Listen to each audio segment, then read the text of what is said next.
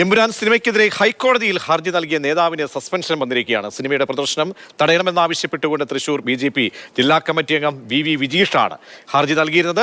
BJPയുടെ പ്രാഥമിക അംഗത്വത്തിൽ നിന്നും വിജീഷിനെ ഇപ്പോൾ സസ്പെൻഡ് ചെയ്തിരിക്കുന്നു എന്നാണ് മനസ്സിലാക്കാൻ കഴിയുന്നത്. പാർട്ടി നടപടി എന്ത് തന്നെയായാലും സ്വീകരിക്കുമെന്ന് വിജീഷും അറിയിച്ചിരിക്കുന്നു.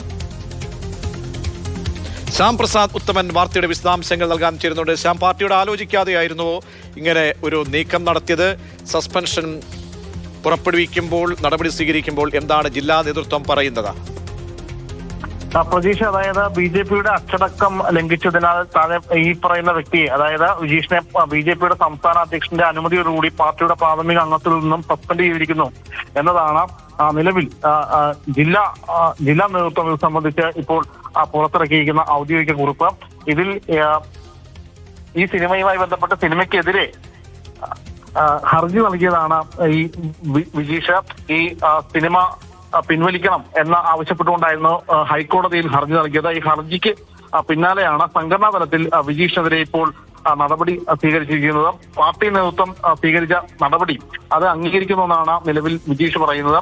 സിനിമയ്ക്കെതിരെ കോടതിയെ സമീപിക്കാൻ ഉണ്ടായ തീരുമാനം തന്റെ വ്യക്തിപരമായ താല്പര്യമാണ്. എമ്പുരാൻ എതിരായ നിയമനടപടിയുമായി മുന്നോട്ട് പോകും എന്ന് തന്നെയാണ് അദ്ദേഹം വ്യക്തമാക്കിയിട്ടിരിക്കുന്നത്.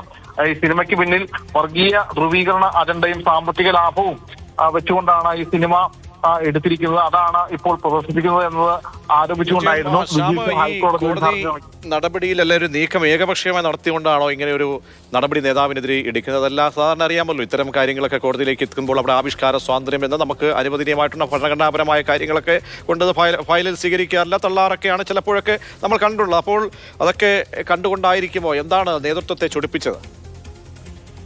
നിലവിൽ ഇത് സംബന്ധിച്ച് BJPയുടെ ജില്ലാ നേതൃത്വം പറയുന്നത് ഈ BJP സംസ്ഥാന അധ്യക്ഷന് ഈ സിനിമയുമായി ബന്ധപ്പെട്ട് കൃത്യമായ നിലപാട് വിശദീകരിച്ചിട്ടുണ്ട്.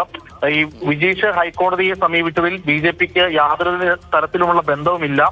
ഈ നിലവിൽ പാർട്ടിയുടെ പുനഃസംഘടനയും മറ്റുമൊക്കെ നടന്നുകൊണ്ടിരിക്കുകയാണ്. ഈ ഘട്ടത്തിൽ ഇത്തരം വിഷയത്തിൽ കൃത്യമായ രീതിയിൽ സംസ്ഥാന അധ്യക്ഷൻ പറഞ്ഞ ആ നിലപാടിന് അനുസൃതമായിട്ട് നിൽക്കുക എന്നതാണ്. അല്ലാതെ